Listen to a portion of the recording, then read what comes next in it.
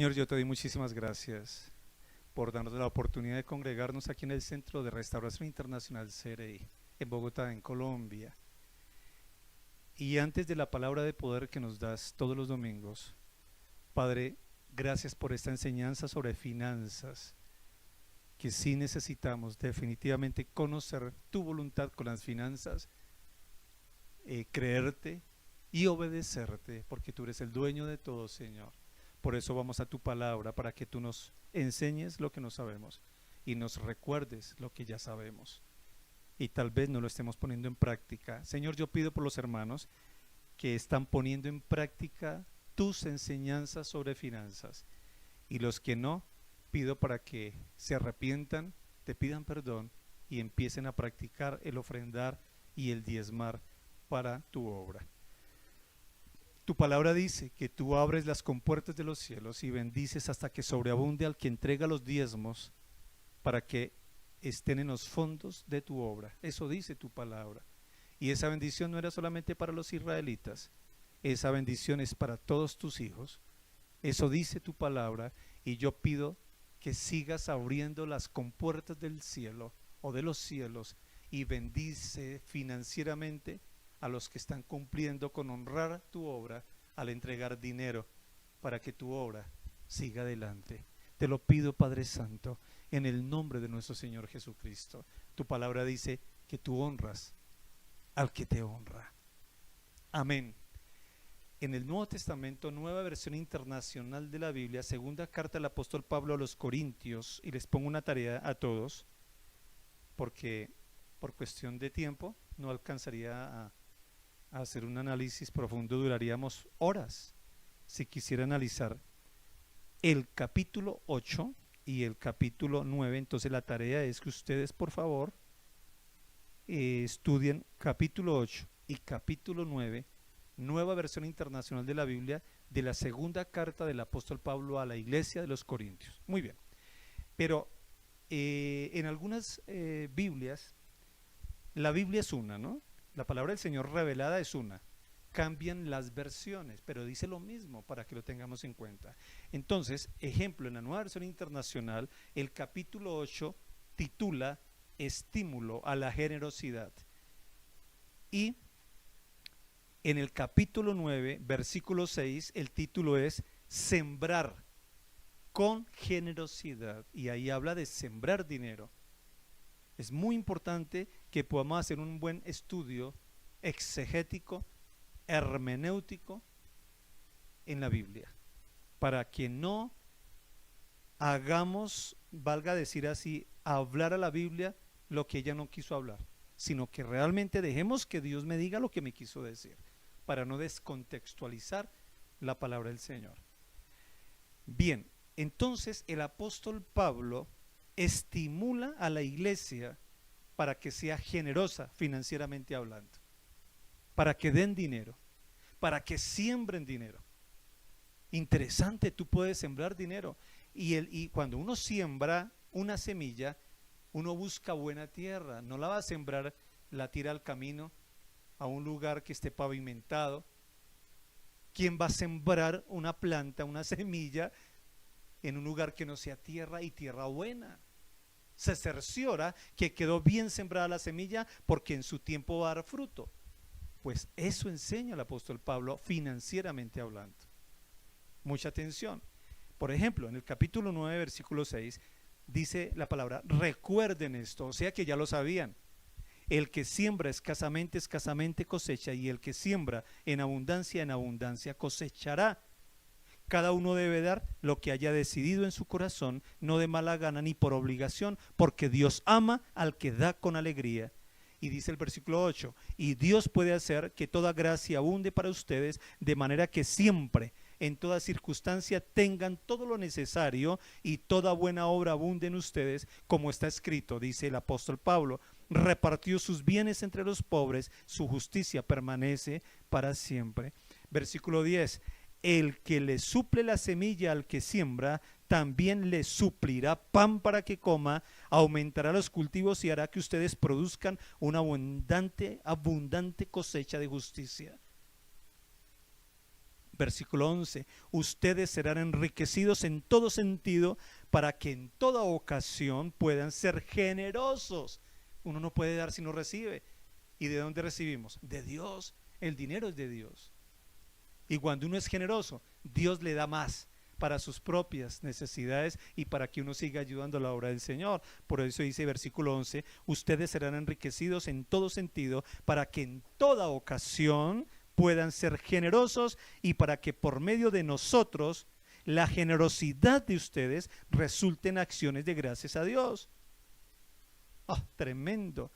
En el versículo 12 el apóstol Pablo va a decir todas las consecuencias de uno ser generoso. Dice el versículo 12, esta ayuda, o sea, ese dinero que recibimos es un servicio sagrado. Vea, y eso el diablo no quiere que muchos lo sepan. Cuando uno da dinero a la iglesia, Dios lo toma como un servicio sagrado. Vea qué tremendo es esto. Cuidado con las teologías antidiezmistas, que Dios no está pidiendo diezmos, que eso solamente era para Israel, y ahí tuercen las escrituras. El que no es generoso le encantan esas enseñanzas, porque a él le gusta es que le den, no le gusta dar. Pero el que es generoso busca argumentos para seguir dando para la obra de Dios. Vea qué lindo es esto. Entonces dice el apóstol Pablo, el versículo 12, esta ayuda, este dinero que ustedes dan es un servicio sagrado que no solo suple las necesidades de los santos, porque el dinero que usted entrega de diezmos y ofrendas a las manos pastorales, el pastor tiene que estar administrando que caiga en manos de santos, no de impíos, no de impíos, sino personas que caminan con Cristo y que están en la lucha y necesitan la bendición. Vean lo interesante que es esto. Este dinero suple las necesidades de los santos, dice la palabra del Señor. Ahora, modus operandi de Dios. Vamos a Hechos de los Apóstoles, capítulo 4, versículo 32. Todos los creyentes, perdón, Hechos de los Apóstoles, capítulo 4, versículo 32. Todos los creyentes eran de un solo sentir y pensar. Y va a hablar de finanzas. Nadie consideraba suya ninguna de sus posesiones, sino que las compartían. Los apóstoles, a su vez, con gran poder seguían dando testimonio de la resurrección del Señor Jesús. La gracia de Dios se derramaba abundantemente sobre todos ellos, pues no había ningún necesitado, en la comunidad, o sea, en la iglesia. El dinero que recibimos los pastores, tu dinero, tus diezmos y ofrendas, deben ser devueltos a la comunidad. O sea, se gasta el dinero en la bendición de los santos. Por eso es diabólico cuando una persona dice, yo no envío diezmos al pastor y más bien con eso voy y le doy de comer a 20 pobres.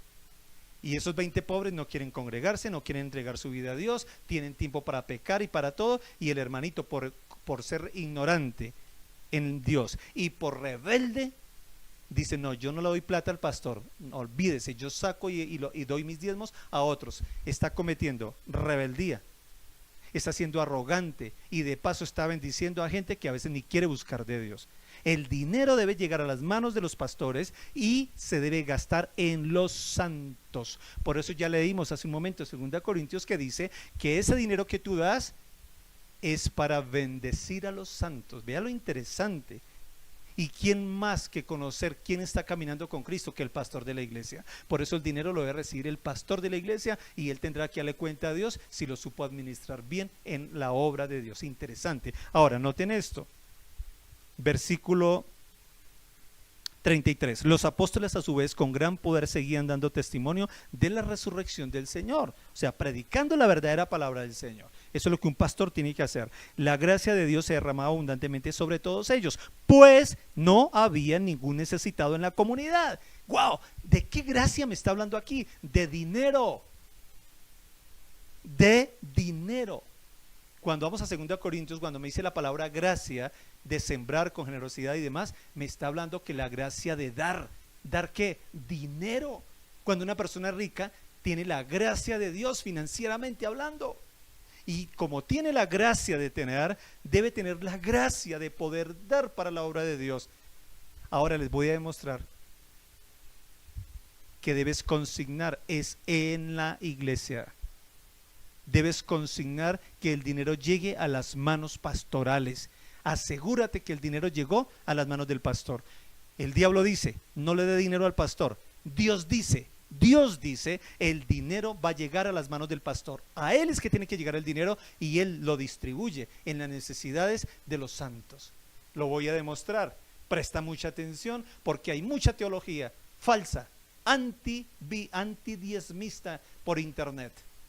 Aún pastores diciendo que no hay que diezmar y que eso es un engaño y una estafa. Hasta en canciones seculares aparece que el diezmo es un fraude, es un engaño y es un negocio para enriquecer pastores. Mentiras, se enriquecerán los falsos pastores. Eso es otro tema. Pero, ¿y los buenos pastores, los que en verdad le sirven a Dios, de dónde van a recibir el dinero? De ti, porque lo ordenó el Señor. Ahora les voy a demostrar que debe llegar a las manos pastorales. Y no te preocupes, que Dios va a llamarte la atención. Cuando tú mueras, ¿qué hiciste con el dinero que Dios te dio en tu vida? Es a ti que te va a juzgar por tus transacciones. No te preocupes por el pastor, porque Dios al pastor también lo va a llamar y lo va a juzgar qué hizo con el dinero que Dios le dio a través de la iglesia. Así de que tranquilos. Muchos dicen, yo no doy porque el pastor quién sabe qué haga con el dinero y qué tal se enriquezca. Bueno, por no dar te vas al infierno, por robar a Dios, eso dice la Biblia. Así de sencillo. Y terminas dándole dinero a 10 impíos que, repito, no quieren saber de Dios y tú perdiendo allá tu dinero y todo. Y pierde la bendición por no dar. No, Dios al pastor lo va a llamar aparte y a ti también te va a llamar, a los dos nos va a juzgar. ¿Qué hicimos con el dinero cuando estábamos en la tierra? Ahora les voy a demostrar que el dinero debe llegar a las manos pastorales. Dice la Nueva Versión Internacional de la Biblia, dice así: la gracia de Dios se derramaba abundantemente sobre todos ellos, o sea, sobre toda la comunidad, o sea, sobre toda la iglesia, pues no había ningún necesitado en la comunidad. ¿De qué me está hablando? De dinero, avanzo. Quienes poseían casas o terrenos, los vendían y llevaban el dinero de las ventas y lo entregaban ¿a quiénes? Versículo 35, a los apóstoles para que se distribuyera a cada uno según su necesidad. ¡Wow! O sea, Dios suple las necesidades de la iglesia, pero ¿cómo lo hacía en ese momento? Que los que eran ricos aportaran dinero y con ese dinero se hacía la obra social para que el santo, no el impío, el santo que está pasando momentos muy duros, haya un fondo en la iglesia para hacer la obra social. Vea qué lindo. ¿Y de dónde salía el dinero? De la misma iglesia, de los mismos hermanos. Esto no era que caía del cielo y se convertían los billetes mientras bajaban a través de los cielos y entraba la atmósfera terrícola, ¿no? Terrestre, y entonces se convierten en dólares, en euros. No, señores, Dios llena el bolsillo de su iglesia. Algunos son ricos, algunos pueden hacerlo, y Dios dice, el que tenía varios terrenos vendía uno y cogía el dinero y lo entregaba a los apóstoles para que los apóstoles, repite conmigo, los pastores, distribuyeran el dinero según la necesidad no de los impíos, de la misma iglesia. Interesante. Todos los gastos que tiene una iglesia. Ustedes no imaginan lo que nos significa a nosotros transmitir palabra de Dios todos los días para ti, congregarnos, la ayuda social que hacemos, los gastos de los siervos de Dios que trabajan tiempo completo para Dios. Son 3 tipos de gastos según la Biblia que hay que gastar el dinero. Punto número 1, el salario para los pastores que se dedican tiempo completo a servirle al Señor, tienen salario porque eso lo ordena la Biblia. Segundo, la obra social, segundo, los gastos de la iglesia como tal, según el siglo que estemos viviendo. Hoy se usa mucho la tecnología, se usan muchas cosas que se invierte muchísimo dinero y eso lo gastamos entre todos. Que los computadores, que las cámaras, que el diseñar, que la asesoría de ingeniería, de sistemas y tantas inversiones que hay que hacer, tiempo y dinero para que haya una buena organización y llegue un buen mensaje para ti. Todos esos son gastos de la iglesia internos. Y tercero, la obra social. La obra social, cuando ayudamos a un hermano, ayudamos al otro, que son santos de verdad y hay que ayudarlos financieramente mientras pasan los momentos difíciles. ¿De dónde salió el dinero? De tu bolsillo. Oye, interesante. ¿Dónde lo consignas? En las manos pastorales. Pastor, estoy en otro país, en otra ciudad. Hoy la tecnología nos permite que en segundos llegue el dinero de un país a las manos pastorales. Y pone un ejemplo, la palabra del Señor, versículo 36. José, un levita natural de Chipre, a quien los apóstoles llamaban Bernabé, que significa consolador, vendió un terreno que poseía, llevó el dinero y lo puso a disposición de los apóstoles. Ponen hasta un ejemplo. El modus operandi, ya no más malgastes el dinero hay que sembrarlo en la obra de Dios. El impío, dile que busque a Dios, que se convierta, y cuando llegue el dinero a las manos pastorales, yo debo administrarlo dirigido por Dios en esas tres partes, para que haya alimento en la casa de Dios, y Dios por eso bendice al que da, al que sabe sembrar. ¿Cuál es la buena tierra para sembrar? La obra de Dios, las manos del pastor. Así lo dice la Biblia, y que el diablo se ponga furioso porque él detesta que tú conozcas, que escuches lo que acabo de predicar, la palabra de Dios respecto a las finanzas. Padre, yo te doy muchísimas gracias. Tu bendición para los, como aquí los Josés que invertían dinero en tu obra. Padre, tu bendición para todos, y tu perdón para los que no lo han hecho, pero que se arrepientan y empiecen a honrarte, enviar dinero para tu obra, y así tú también te agrades y lo sigas bendiciendo. Te doy muchas gracias, Señor, en el nombre de Jesús. Amén.